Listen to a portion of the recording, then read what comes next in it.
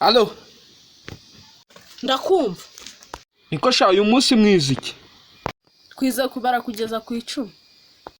Mwize kari kangahe?